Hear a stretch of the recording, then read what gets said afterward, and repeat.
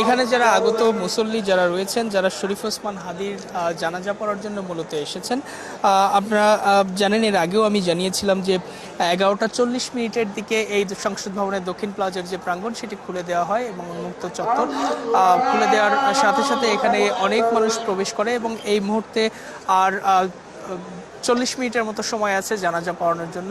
সুতরাং এই সময় যেহেতু জোহরের সময় হয়ে গেছে, জোহরের টাইম, জোহরের নামাজ আদায় করা হচ্ছে। যারা মুসল্লি আছেন তারা জোহরের নামাজ পড়ছেন এবং দেখতে পাচ্ছেন আমার সামনে সংসদ ভবনের দক্ষিণ প্লাজার সামনের যে চত্বরটা, প্রত্যেকটা জায়গা লোকে লোকারণ্য হয়ে গেছে। লোকে লোকারণ্য হওয়ার কারণে আমরা দেখতে পাচ্ছি এই মাইকে ঘোষণা করা হয়েছে এই প্লাজার ঠিক পিছনে, অর্থাৎ সংসদ ভবনে ঢুকে ডান পাশের যে মাঠটি রয়েছে, আহ্বান করা হচ্ছে সেই মাঠেও যাতে তারা অবস্থান নিতে পারে, সেখানেও জানাজার পড়ার সুযোগ রয়েছে।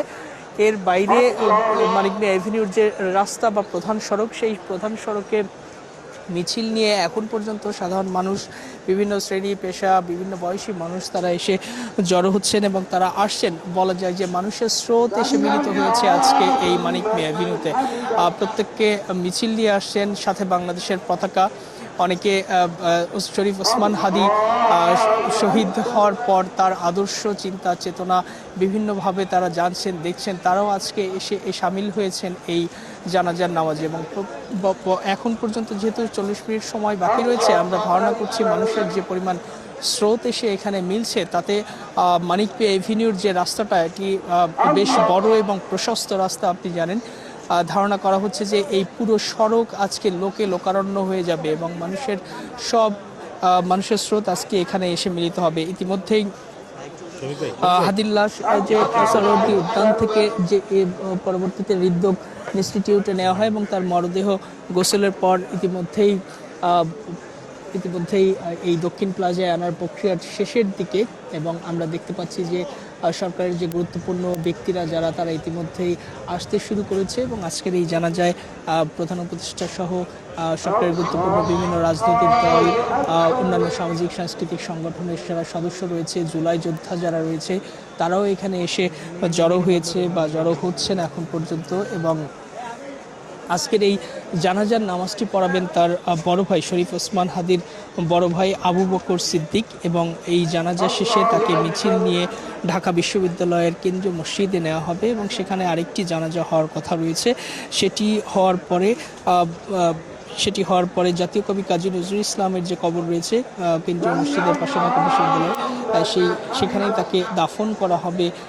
ইনকিলাব মঞ্চের পক্ষ থেকে আমাদেরকে আগেই জানানো হয়েছিল। এবং আপনি জানেন শরীফ ওসমান হাদি একজন অন্যতম জুলাই যোদ্ধা এবং আওয়ামী লীগের যে ফ্যাসিজম বিরোধী যে লড়াই, স্বৈরাচার বিরোধী যে লড়াই, সেই লড়াইয়ের সামনে থেকে নেতৃত্ব দিয়েছেন রামপুরা এলাকায়। এবং তিনি যেহেতু ঢাকা বিশ্ববিদ্যালয়ে পড়াশোনা করেছেন, ঢাকা বিশ্ববিদ্যালয়ে তার একটি বড় সার্কেল রয়েছিল এবং তার জুলাই যোদ্ধা যারা রয়েছেন, সম্মুখ সারি থেকে যারা নেতৃত্ব দিয়েছেন, তারা অনেকে তার অনুজ, অনেকে তার বড় সতীর্থ সবাই রয়েছেন। এবং তার এই ঘটনার পর যেভাবে ক্ষোভ প্রকাশ করেছে বাংলাদেশের মানুষ, বিভিন্ন রাজনৈতিক দল, সেই ক্ষোভের বহিঃপ্রকাশ থেকে অনেকে বলার চেষ্টা করেছেন বা ক্ষোভ সরাসরি প্রকাশ করেছেন যে হত্যাকারী যারা ছিলেন, বিশেষ করে ছাত্রলীগের সাবেক নেতা এবং ফয়সাল বিন করিম, তাকে কেন ধরা হলো না। এবং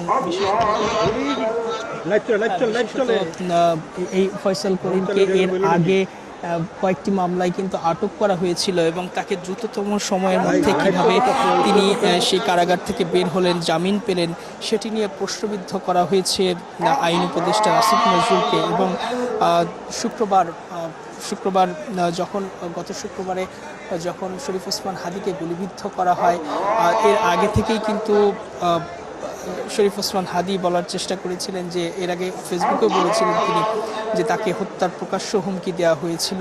যদিও তিনি সরাসরি টিভি ক্যামেরায় বলেছিলেন যে মৃত্যুর ফয়সালা আসে আসমান থেকে, জমিন থেকে নয়। অর্থাৎ তারাই যেভাবেই চেষ্টা করুক না কেন, আল্লাহ যদি তাকে শহীদি মৃত্যু লিখে রাখেন তবে সেটিই ঘটবে। তিনি ভয় ডরহীনভাবে ঢাকা 8-এ নির্বাচনী প্রচারণা চালিয়েছেন এবং দেশি বিদেশি অন্তত 30টি নাম্বার থেকে তাকে ফোন এবং মেসেজ পাঠিয়ে হত্যার হুমকি দেওয়া হয়েছিল। এবং এই হুমকিগুলো হাদি বলেছিল যে আওয়ামী লীগের যারা দোসর, আওয়ামী লীগের যারা নেতাকর্মী, এই খুনি সমর্থকরা তাকে সার্বক্ষণিক নজরদারিতে রাখছে, এটি এর আগেও তিনি বলেছিলেন। এবং